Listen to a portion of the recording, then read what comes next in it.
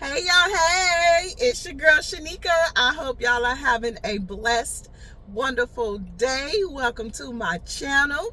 Today I have a story for y'all. It's from the King James, and it's just a story that was at the bottom of Revelations, which I was reading. The story is called God and the Problem of Evil. And it goes something like this. Few stories offer a more dramatic or thrilling climax than the closing chapters of Revelation.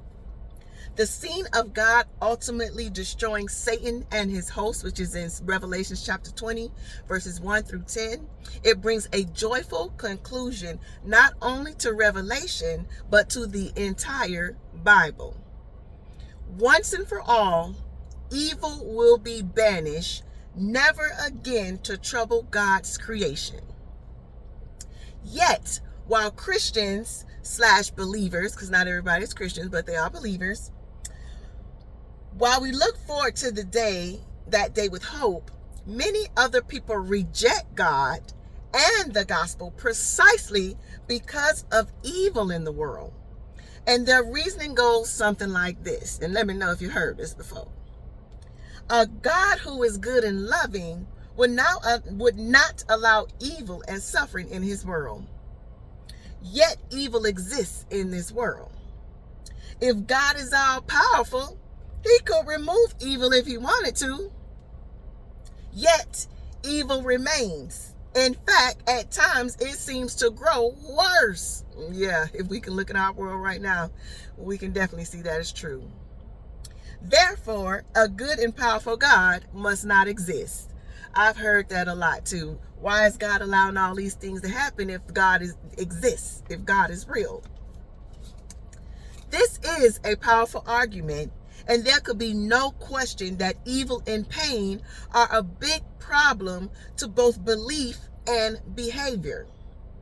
Christianity offers no knockdown solution. But the Bible does give us ground to stand on as we try to live in a world where suffering is real. So 1, the Bible teaches that God did not create evil.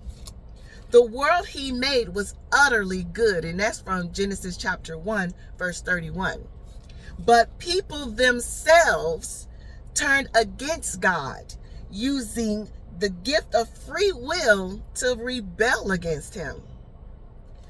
With that moral rebellion, the perfection of God's world came tumbling down and people began to suffer. The Bible also claims that behind human wickedness lies a great outside influence who is Satan, and who I like to call mischief. This fallen angel hates God and everything to do with him. He is out to destroy both humanity and the environment and does everything he can to attack God and his purposes. He promotes much of the evil and suffering that we see, and unfortunately a lot of us give in to him and follow him in his ways. 2, even though God did not create evil, nor does he will it, he nevertheless uses it to accomplish his purposes. For instance, God sometimes uses pain to draw people to himself, especially when they otherwise would not respond to him. Likewise, the struggle against evil has led many people to strive for good, producing such admirable traits as courage, endurance, self-sacrifice, and compassion. And I can attest to that. I was a knucklehead that was over there to the left doing a whole bunch of things that I ain't had no business doing. And God used all of that stuff over there and the pain that I went through and the suffering, the consequences that I went through of my action. He was able to turn all of that around for me to give me the courage, to give me the endurance, to give me self-discipline, mercy, grace, forgiveness, love. He was able to instill all of those things in me. However, had I not been afflicted, Had I not gone through all of those terrible things that I went through, that I caused on myself, I caused them on myself. I got to take accountability.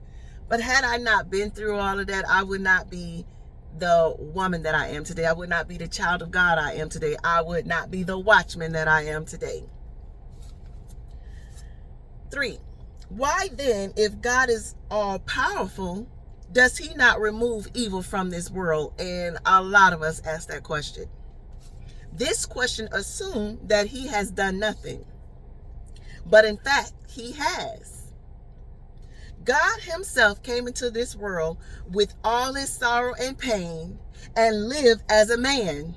We know who that is, right? Jesus knew poverty, thirst, hunger, injustice, physical abuse, heartbreak, and betrayal. And I have experienced just about all of that. He ended his life in excruciating pain. So God certainly understands our condition. He has personally experienced it. In the process, God dealt with the problem of evil at its roots. On the cross, Jesus took on himself the wickedness of every person who has ever lived in order to do away with it. Christ broke the grip of evil that holds the world captive. Already we can see among God's people a glimpse of a new life that he has brought about. And that's in Romans chapter 8, verses 4 and 11.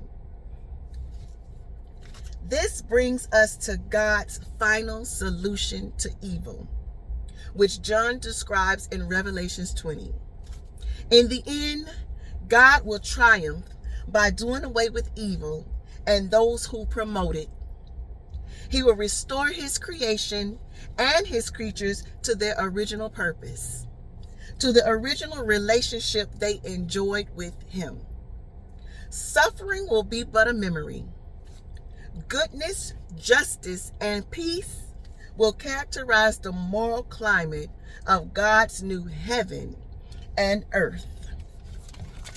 Y'all, that stood out to me because, yeah, there is a lot of evil going on around. And something that I learned because I was a part of that pact is we do have to be reborn.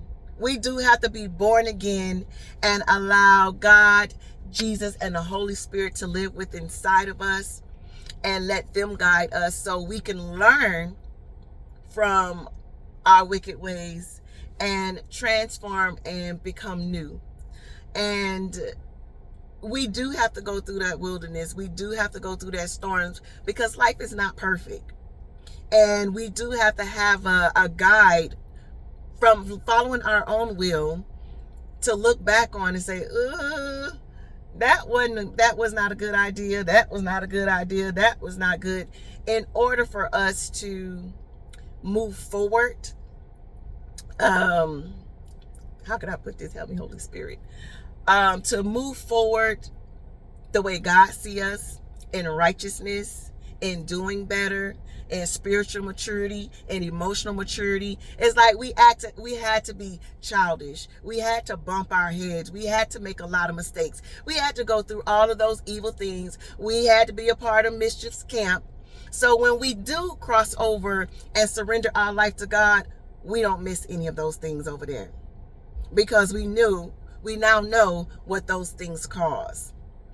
So, no, God does not promote evil. Satan promotes evil. But God does have a way out for us. And it's through him, Jesus Christ, and the Holy Spirit. Okay. I hope this helped y'all. Please like, share, subscribe.